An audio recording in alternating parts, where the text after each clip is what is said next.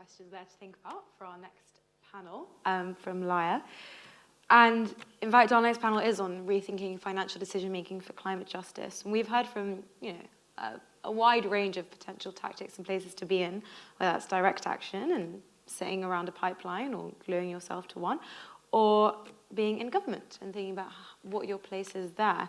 And I have a very strong feeling that this panel will touch on all of those things and more. So I'm delighted to pass over to our chair, Alison Tickell. Would you like to join me?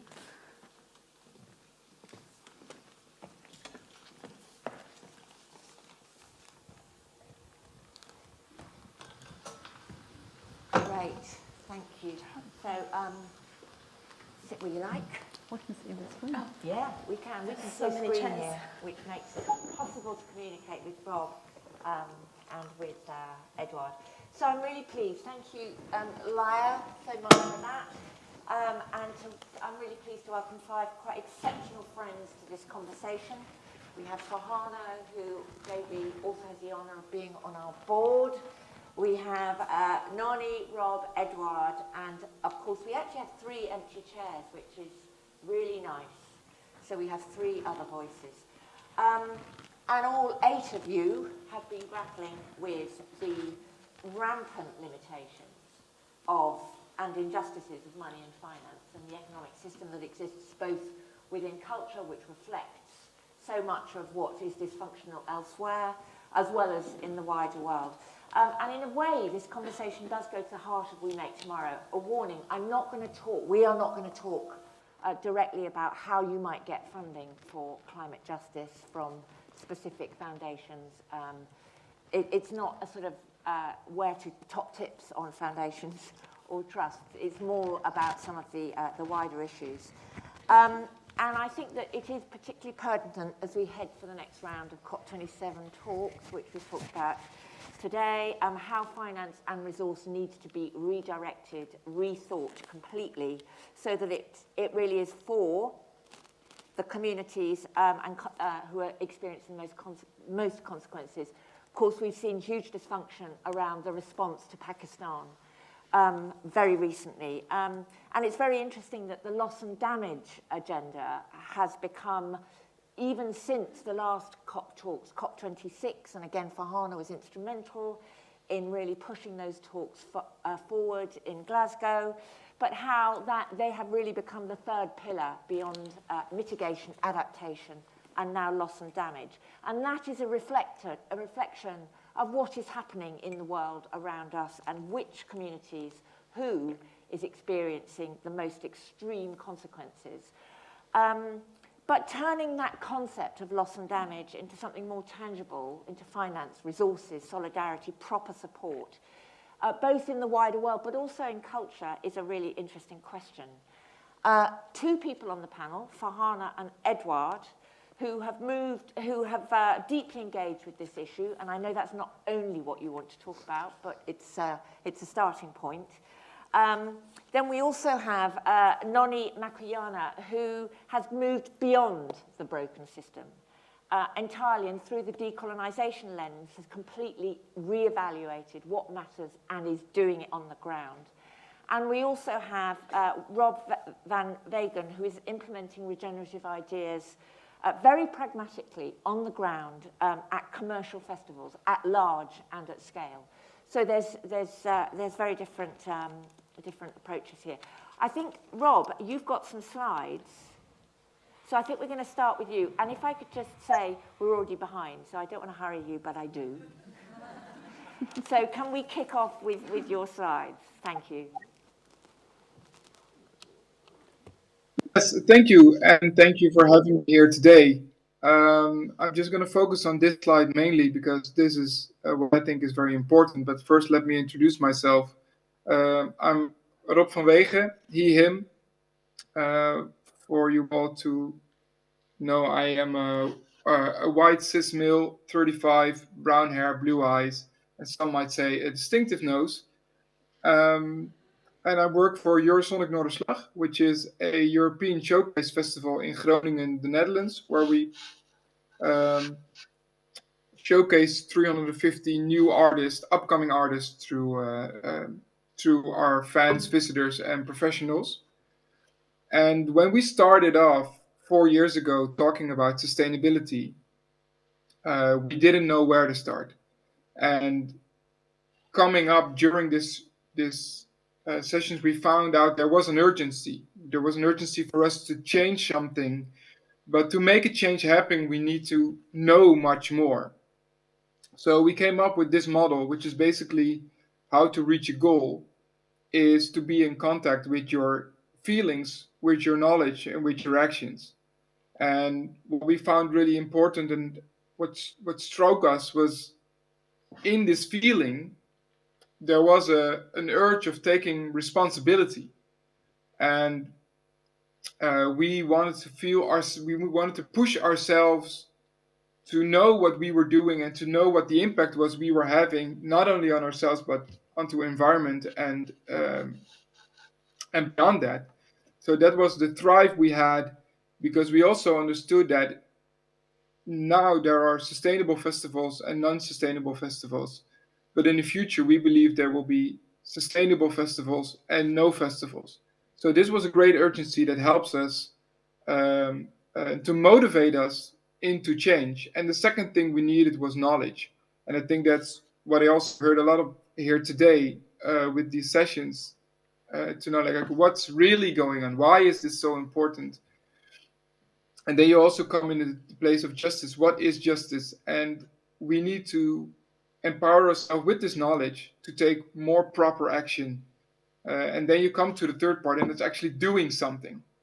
And doing something is also trying, because it's new. We're developing, we're innovating sustainability still on this moment. There's so much knowledge already, there's so much being done, but we still have so many steps to take forwards into undiscovered land. So we need to do and try and maybe fail and learn from that. So one of the things we did do as Eurosonic Noorderslag is we created a solidarity eco tax.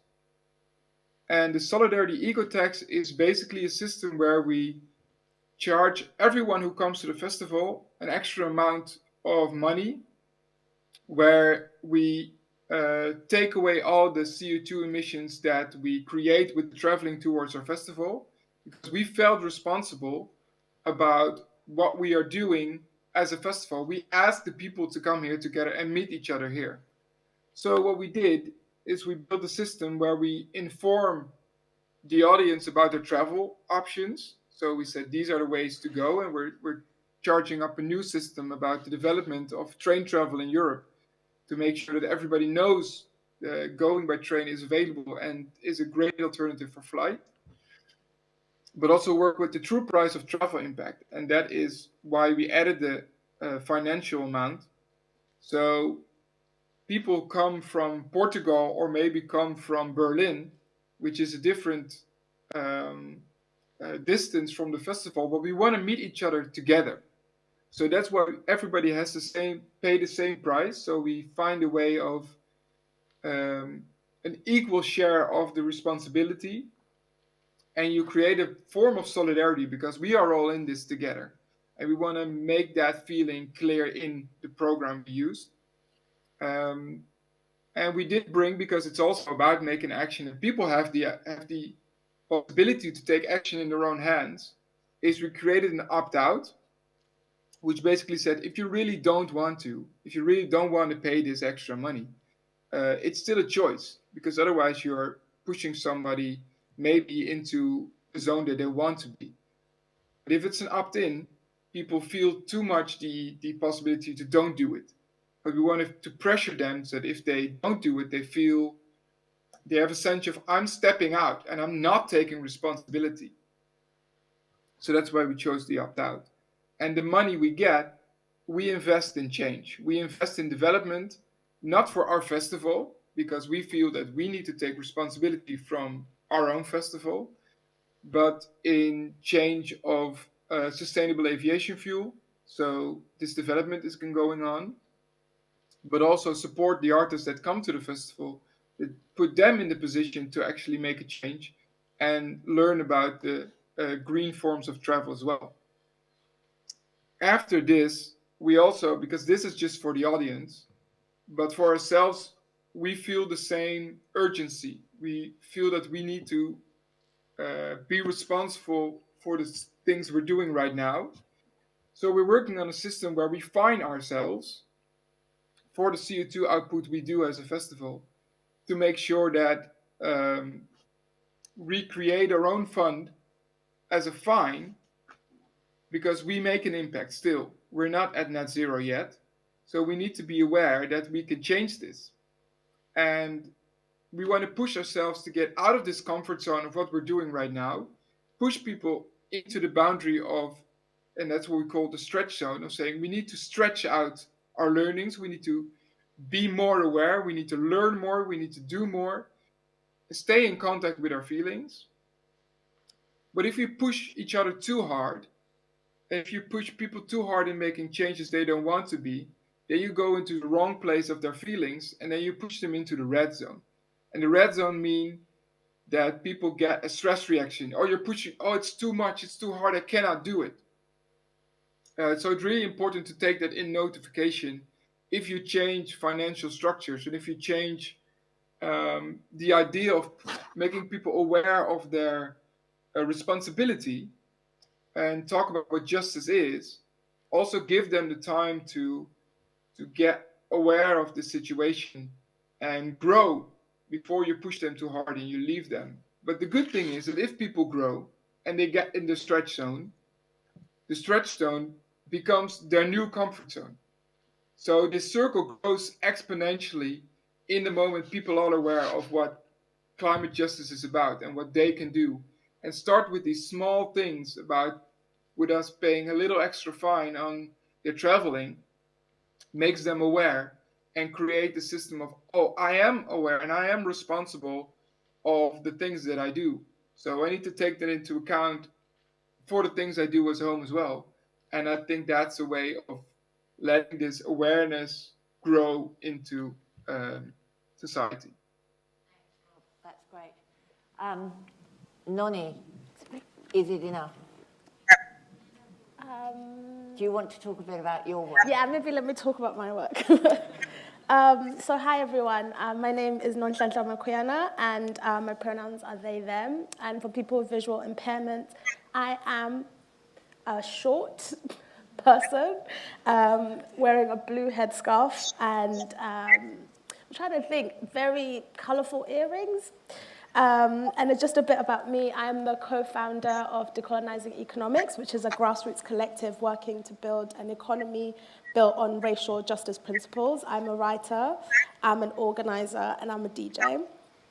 And so, to kind of start talking about my work would be to start talking about the history of the economic system.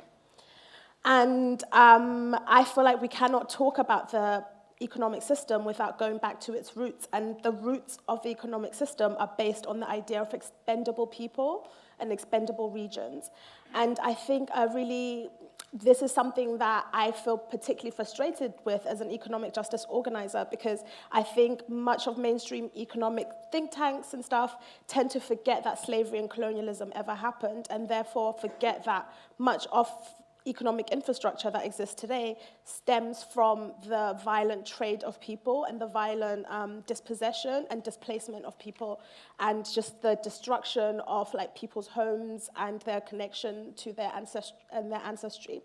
And so I like to start from there, because I think when we look at the history of the financial system, we see that extraction is at the core of the very design of how things work. And so with that, it makes us think about the things that we can actually think about when we're thinking about building alternatives.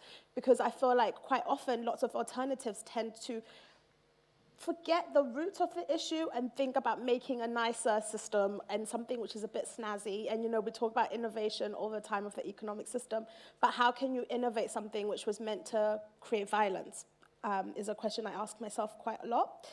And I think another element of that is that the insistence of like market economics, which is like the dominant way of practicing economics, tends to obscure and hide lots of the amazing and really incredible work that happens outside of market economics, which is in people's homes, which is in people's relationships with each other, which is in community, and which is in the global sense of solidarity that exists, especially within racialized people.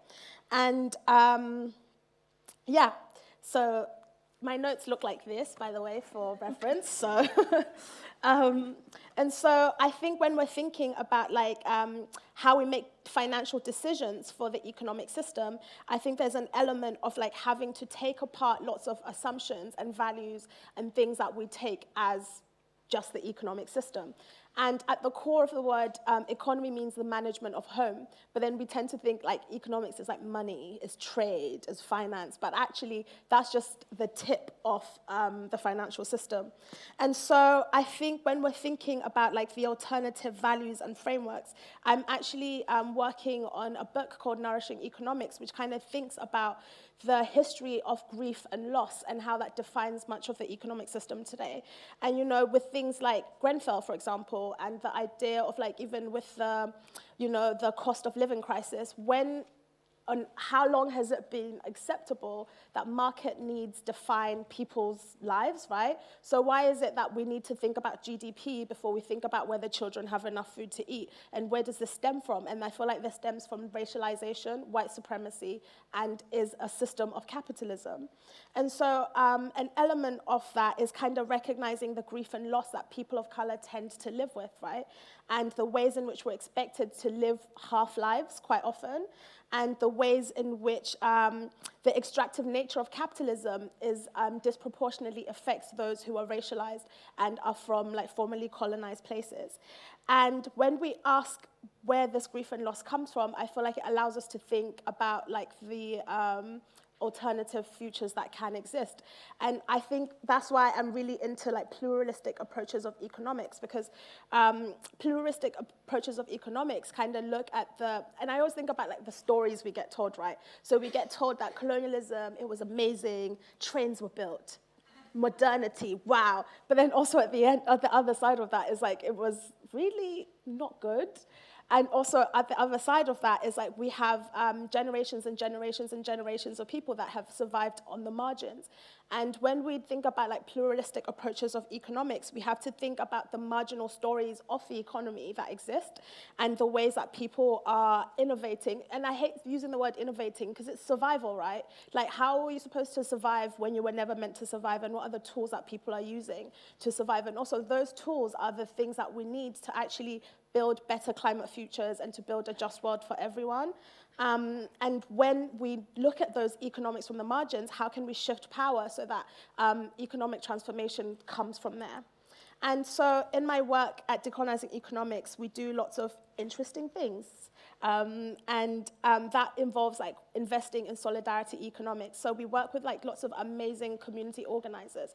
And I really am grateful to have been invited here because I think it's a really great way of thinking about economic change, of just like we need everyone. We need artists, we need healers, we need musicians, we need people that cook really good. We need everyone to create that shift in power and to place value in those skills as opposed to bankers. Do you know what I mean? Because like it's not very useful.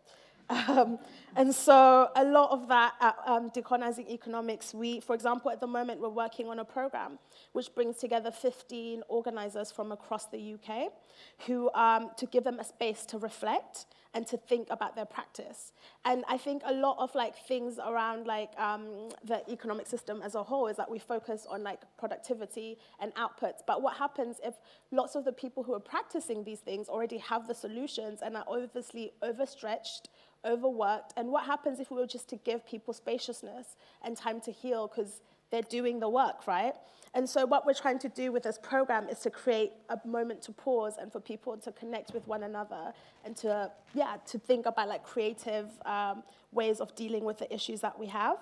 And some of the work that I do is with kind of researching and archiving liberatory economics. So recently I was part of like the Africans in the Diaspora research, which kind of, it's really cool, everyone should read it. And they basically did research of across Africa and in the diaspora of different tools that people have used to practice like liberatory economics. And for example, there were things around like, you know, what in the UK is like mutual aid, but then actually in lots of places in Africa, people have been practicing the, things like partner susu, and like the thing is that they're not archived and they're not spoken about and they're not named. So a part of my work is kind of naming and like kind of researching and putting together these practical tools of like investing in solidarity economics.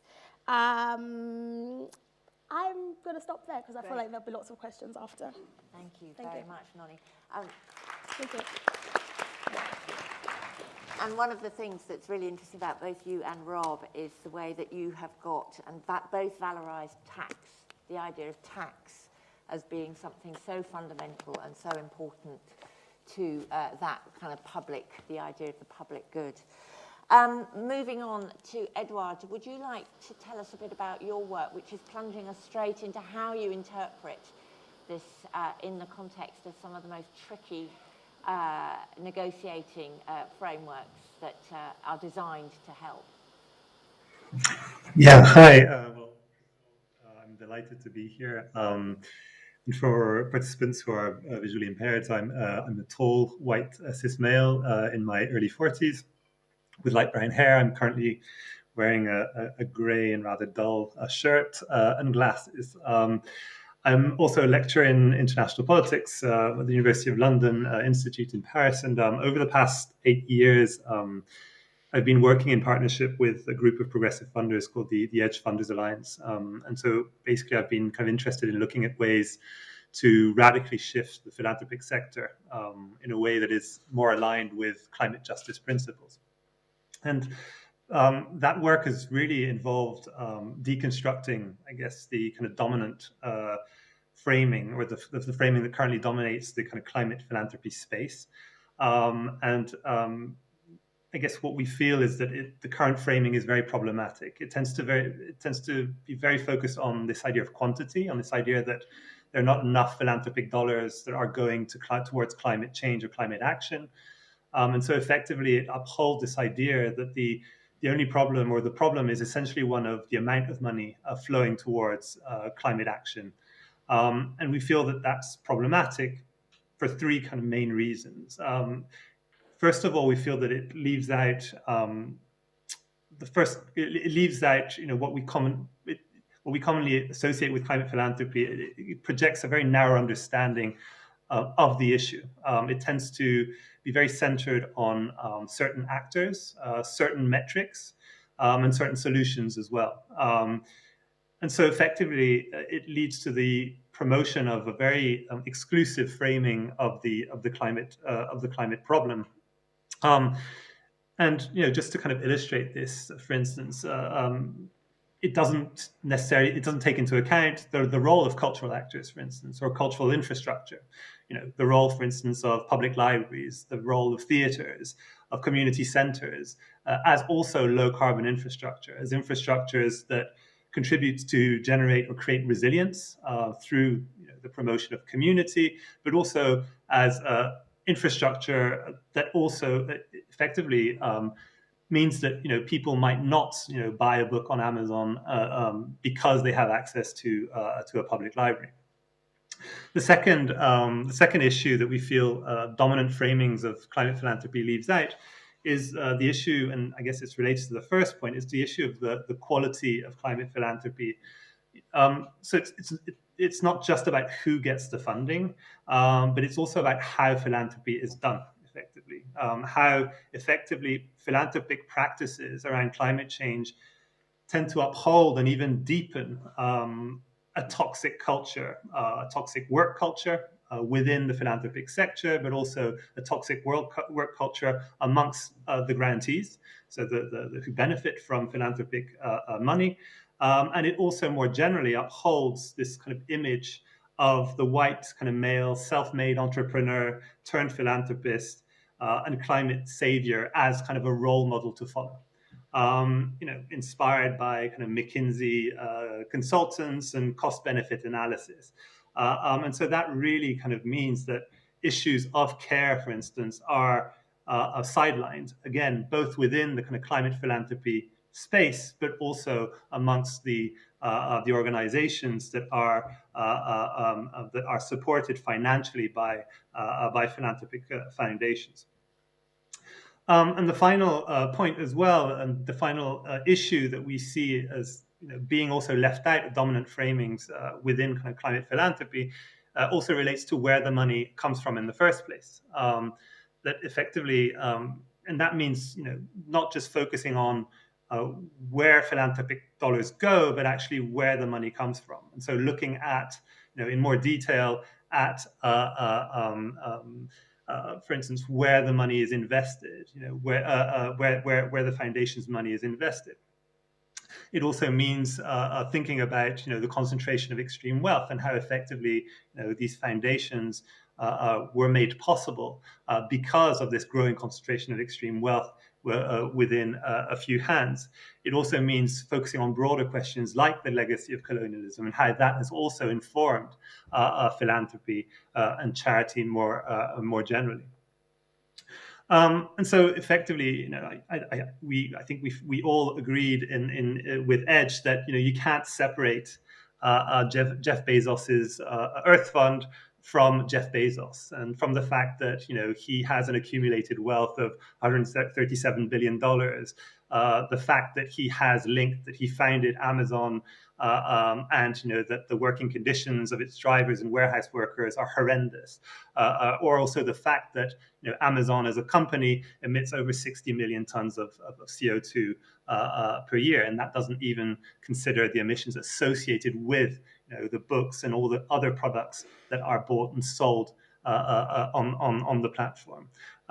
So effectively, I think that's what we really want to get to grips with. It's really about shifting the culture of philanthropy and not just kind of limiting ourselves to a conversation around quantity, but also kind of engaging in this qualitative shift within the sector.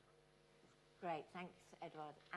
And last but not least is Farhana with some ideas and models. And well, just firstly wanted to say thank you to Alison for inviting me to be on your board for the last few years. It's been a huge learning journey, and the inspiration that I got from We Make Tomorrow in 2020, just before the pandemic started, was one of the most important joyous moments in coming together and also allowing a huge diverse set of people to discuss things in ways that were creative and involved in the creative sector. So I want to thank you, and it's great to be here in person. I couldn't agree more with every single thing that every speaker has said. I'm speaking from two different hats. I forgot to say my introduction. I am a Pakistani woman, age 57, with unruly grey hair, with a fabulously colourful Pakistani outfit topped off by trainers that match in bright pink, orange and yellow. So apologies for that, and my pronouns are she and her. I want to just pick up two different ways. I've worked as a lawyer, as an advisor, as a strategist in the climate change negotiations for mainly the small island states, some of whom are smaller than a London borough.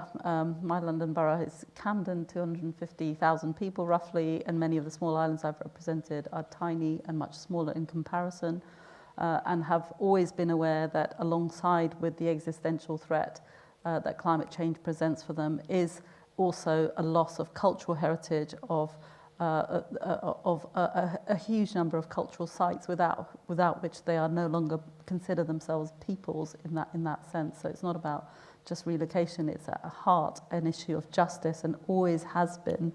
And the vocabularies that have changed and developed and been enriched over the years, the last 30 years, we've always put justice at the heart of these negotiations since they started in 1989 actually. And the great debates that have happened over equity, fairness, historic contributions have been the biggest debates at the climate negotiations and still are, and they're the bedrock of the division of labour, as it were, legally enshrined in this principle called the common but differentiated responsibilities and respective capabilities based also on historic contributions, and the issues of compensation, liability, reparations, of repairing and changing a set of models that are at the heart of our economics has been at part and parcel of these negotiations. They may have been very technical and arcane to many people, but at their heart, that's the great debate that has happened between the global north and the global south, between now increasingly joined by a whole set of movements that are taking an intersectional approach. So I wanted to say that because I feel like many of you don't know that the Paris Agreement actually contains the word climate justice, and it contains the words just transition, and that was negotiated in 2015. So 2015 is 6.5 years ago, and we have made huge strides in creating a big tent at these conference of the parties, which are now increasingly the largest sites of international governance, frankly. They are where more leaders, more ministers meet, and with that also comes the need by corporations, by the elites, by the powerful to spend a lot of money looking good. That is why that is happening, is because those sites have become very important, very accountable, very visible. And that's why they spend, millions of pounds trying to look good. So I'll be very honest about that. And that's a huge problem.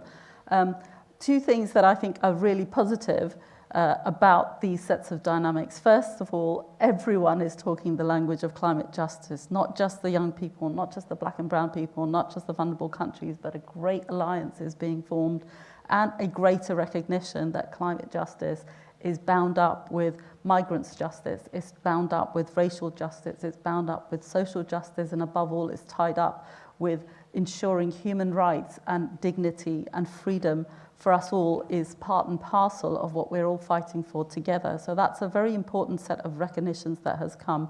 I think funders, so I've worked also in philanthropy on and off for about 10 years, on and off, because it also is such a problematic space to be in, frankly, for all the reasons that Eduardo has outlined, and I would encourage you all to read the very impressive reports that the Edge funders helped crystallize. When I was a lot younger, I read a book written by a collective of black feminist, queer and grassroots groups, mainly in the US, saying the revolution will not be funded. That's the title of the book. We know that philanthropy is part of the problem, and it's now for me a site of campaigning. It's a target of my campaigning, not just the source of funds. And the climate change, the climate justice and just transition donor collaborative, which I'm coordinating, is thankfully a set of philanthropies that have realized that actually that they need to shift both power and resources, especially to those groups that are on the front lines and that have historically not benefited from philanthropy and are actually the source of the very monies that are tied up in these foundations. So let me just give you a couple of statistics, and then I just wanted to also share something about the Culture COP, which we'll be convening from the 31st of October onwards. So the statistics are globally that the vast majority of climate change funding, well, it's no surprise. So 80% of it is going to organizations led by men, and 90% of it is going to organizations led by white people. And that is still the case today, and that is still a tiny fraction of the amount of funding. And the little funding that goes to black and brown people, whether it's in the global north or the global south, comes with a whole bunch of conditions. It's not core funding. There's a lot of hoops to jump through, and it's not given with the same love, generosity, creativity, and risk-freeness as many other organizations get. So we're trying to change some of those practices too, because practically speaking, we all need money, support, recognition, and validation, and the huge connections that come from working together. So it is getting easier because a lot more people are joining the climate justice funding space, and that is a good thing. So the fact that Jeff Bezos, Scott McKinsey, so many of the other billionaires now feel compelled to give money to us is a remarkable achievement. It's a strength and it shows that we have really arrived, and we should celebrate that fact. So just turning in the last few seconds, Culture COP. So Culture COP really came out of a set of conversations amongst very many people about the role of arts and culture in creating a just and kinder and more compassionate world that is based on a very different set of relationships between us as humans, between us and nature, and recognizing all of the historic legacy issues that Noni talked about so eloquently. And for the first time, we've decided to have an online Culture COP. COP stands for the Conference of the Parties. It's these gatherings, these annual summits that have been happening now since 1991, actually. And we're going to have it online by Zoom so that everyone can join from the creative sector. You'll get details very shortly on various different digital platforms and partners, including JB, who've thankfully been very inspiring us and encouraging us to do that. And there will be also a Culture COP in Egypt itself, in Dahab, a kind of festival and a gathering and a series of events in the blue zone, in the green zone, in the innovation zone, in the desert, in Sahel, in a resort called Dahab, which is a little bit set off from the main COP, so that we could actually make accommodation, logistics and spaces available at a reasonable rate to all of us. So I really encourage you to all come. And I think it's time that the cultural sector also acknowledge that it's not coming to this as a sort of savior, as the piece that was missing. It's also coming to this with baggage, with its own models, with its own need to examine the power structures, the business as usual models, that it's coming as a sector that very much served and was created and is run by the elites. And so a part of the questions that we're asking is, what is it that we need to relinquish in order to imagine, in order to include, in order to dream and think and feel differently? So thank you for giving me this last little bit of time. Woo! And I really encourage you to all join us, both online and in person, and give us your ideas. Thank you. So really frustratingly, and with these 8 amazing people, 7, 4 plus 3 equals 7, sorry. And you.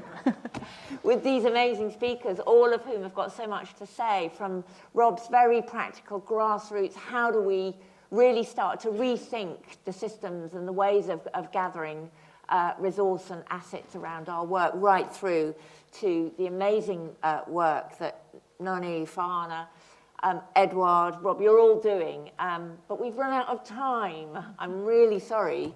We're catching big red signs saying wrap up, wrap up, wrap up. So we don't even have time for questions, and I really am sorry. That's my terrible chairing. But if you do have questions, A, we're around, and B, JB is collecting the questions. We will take them, absorb them, share them, and speak to one another. There's lots of refreshments, food, conversation, and apologies that I have overrun so badly. But they're all worth talking to. All of them have got a lot to inspire us with. Thank you very much.